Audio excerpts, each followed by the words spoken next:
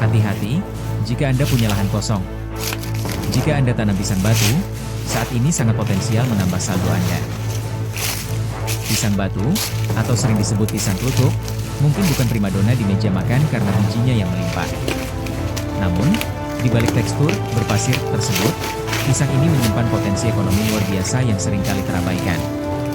Berikut narasi mengenai bagaimana sih pisang liar ini mampu menggerakkan roda ekonomi. 1. Tulang punggung industri kuliner tradisional. Pisang batu adalah pahlawan tanpa tanda jasa dalam industri makanan.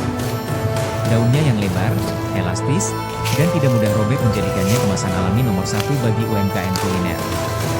Efek ekonomi, ribuan pedagang pasar dan pengusaha catering bergantung pada suplai daun pisang batu untuk membungkus lemper, lontong, hingga pepes. Nilai tambah, tanpa daun ini, estetika dan aroma khas kuliner Nusantara akan hilang, yang secara langsung berdampak pada daya jual produk makanan tradisional. 2 bahan baku vital industri rujak dan sambal.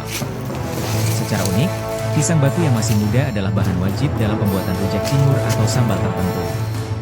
Kandungan tanin yang tinggi memberikan rasa sepat yang mampu menyeimbangkan rasa pedas dan gurih. Rantai pasok, permintaan konstan dari pedagang rujak memastikan petani memiliki pasar yang stabil, bahkan untuk buah yang secara estetika dianggap kurang menarik. 3. Ketahanan pangan dan pemanfaatan lahan marginal.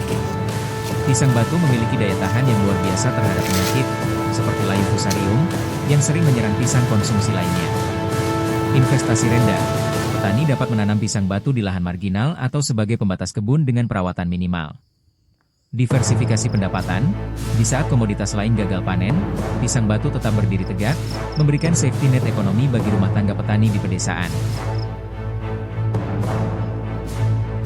4. Potensi ekspor dan industri farmasi. Secara medis, pisang batu dikenal kaya akan antioksidan dan senyawa yang baik untuk pencernaan. Ekspor produk olahan, tepung pisang batu mulai dilirik sebagai bahan pangan fungsional global. Ekonomi kreatif, di beberapa daerah, serat batang pisang batu mulai diolah menjadi kerajinan tangan bernilai seni tinggi yang memiliki pasar ekspor ke Jepang dan Eropa.